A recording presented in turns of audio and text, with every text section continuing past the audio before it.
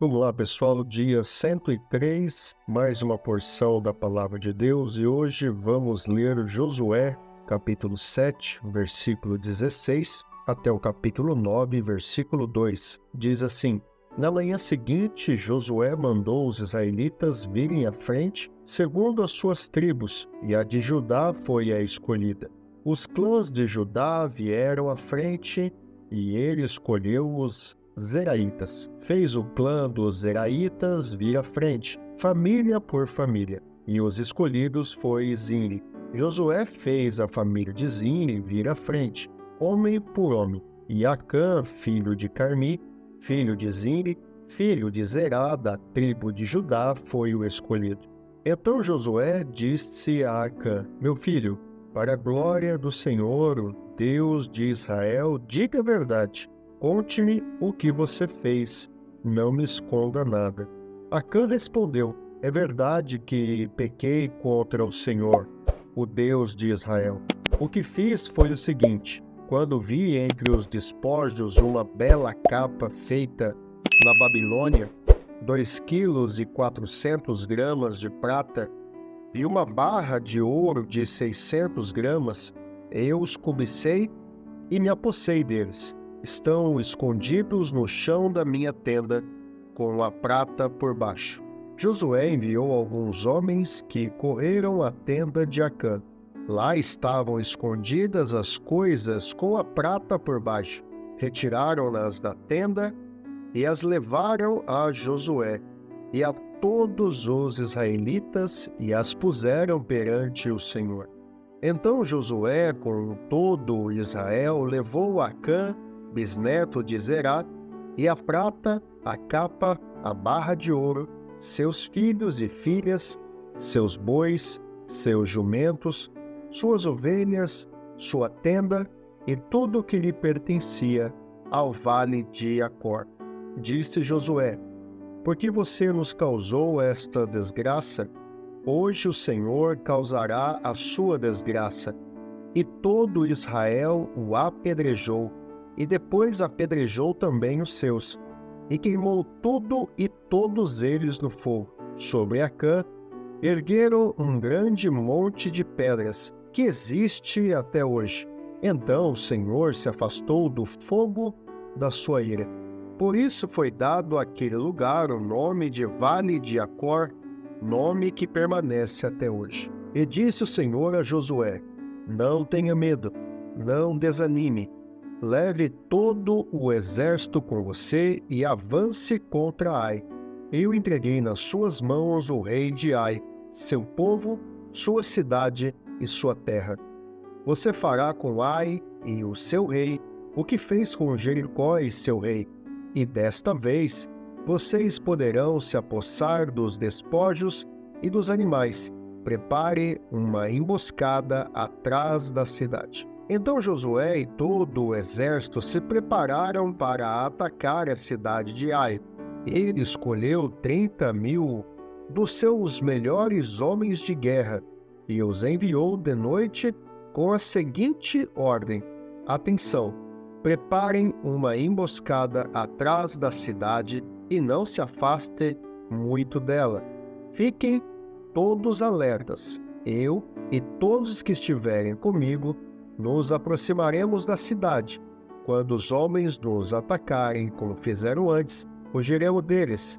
Eles nos perseguirão até que os tenhamos atraído para longe da cidade, pois dirão: Estão fugindo de nós como fizeram antes. Quando estivermos fugindo, vocês sairão da emboscada e tomarão a cidade. O Senhor, o seu Deus, a entregará em suas mãos. Depois que tomarem a cidade, vocês a incendiarão. Façam o que o Senhor ordenou. Atente bem para as minhas instruções. Então Josué os enviou. Eles foram e ficaram de emboscada entre Betel e Ai, a oeste de Ai. Josué, porém, passou aquela noite com o povo. Na manhã seguinte, Josué passou em revista os homens, e ele e os líderes de Israel partiram à frente deles para atacar a cidade. Todos os homens de guerra que estavam com ele avançaram, aproximaram-se da cidade pela frente e armaram acampamento ao norte de Ai, onde o vale os separava da cidade.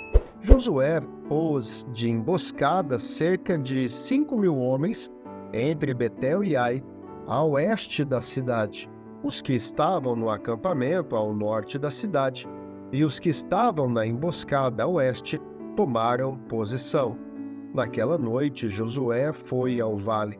Quando o rei de Ai viu isso, ele e todos os homens da cidade se apressaram, levantaram-se logo cedo e saíram para enfrentar Israel no campo de batalha, no local de onde se avista a Arabá.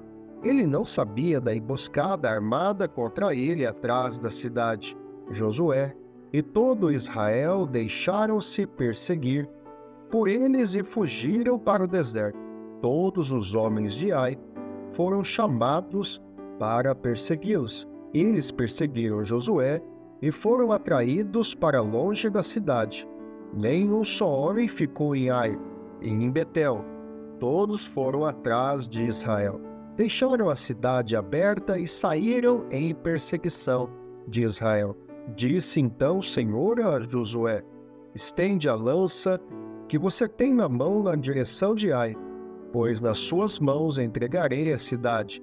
Josué estendeu a lança na direção de Ai, e assim que o fez, os homens da emboscada saíram correndo da sua posição, entraram na cidade, tomaram-na e depressa a incendiaram. Quando os homens de Ai olharam para trás e viram a fumaça da cidade subindo ao céu, não tinham para onde escapar, pois os israelitas que fugiam para o deserto se voltaram contra os seus perseguidores. Vendo Josué e todo Israel que os homens da emboscada tinham tomado a cidade e que desta subia fumaça, deram meia volta e atacaram os homens de Ai. Os outros israelitas também saíram da cidade para lutar contra eles, de modo que foram cercados, tendo os israelitas dos dois lados. Então os israelitas os mataram, sem deixar sobreviventes nem fugitivos, mas prenderam vivo o rei de Ai e o levaram a Josué. Israel terminou de matar os habitantes de Ai no campo e no deserto, onde os tinha perseguido. Eles morreram ao fio da espada. Depois disso, todos os israelitas voltaram à cidade de Ai e mataram os que lá haviam ficado. 12.000 homens e mulheres caíram mortos naquele dia. Era toda a população de Ai, pois Josué não recuou a lança até exterminar todos os habitantes de Ai. Mas Israel se apossou dos animais e dos despojos daquela cidade, conforme a ordem que o Senhor tinha dado a Josué. Assim Josué incendiou Ai e fez dela um perpétuo monte de ruínas, um lugar abandonado até hoje. E enforcou o rei de Ai numa árvore e ali o deixou até a tarde. Ao pôr do sol, Josué ordenou que tirassem o corpo da árvore e que o atirassem à entrada da cidade. E sobre ele ergueram um grande monte de pedras que perdura até hoje. Então Josué construiu no monte Ebal um altar ao Senhor, o Deus de Israel, conforme Moisés, servo do Senhor, tinha ordenado aos israelitas. Ele o construiu de acordo com o que está escrito no livro da lei de Moisés, um altar de pedras não lavradas, nas quais não se usou ferramenta de ferro. Sobre ele ofereceram ao Senhor holocaustos e sacrifícios de comunhão. Ali, na presença dos israelitas, Josué copiou nas pedras a lei que Moisés havia escrito. Todo o Israel, estrangeiros e naturais da terra, com os seus líderes, os seus oficiais e os seus juízes, estavam em pé dos dois lados da arca da aliança do Senhor, diante dos sacerdotes levitas, que a carregavam. Metade do povo estava em pé, defronte do monte Gerizim, e metade defronte do monte Ebal, tudo conforme Moisés, servo do Senhor, tinha ordenado anteriormente para que o povo de Israel fosse abençoado. Em seguida, Josué leu todas as palavras da lei, a bênção e a maldição, segundo o que está escrito no livro da lei.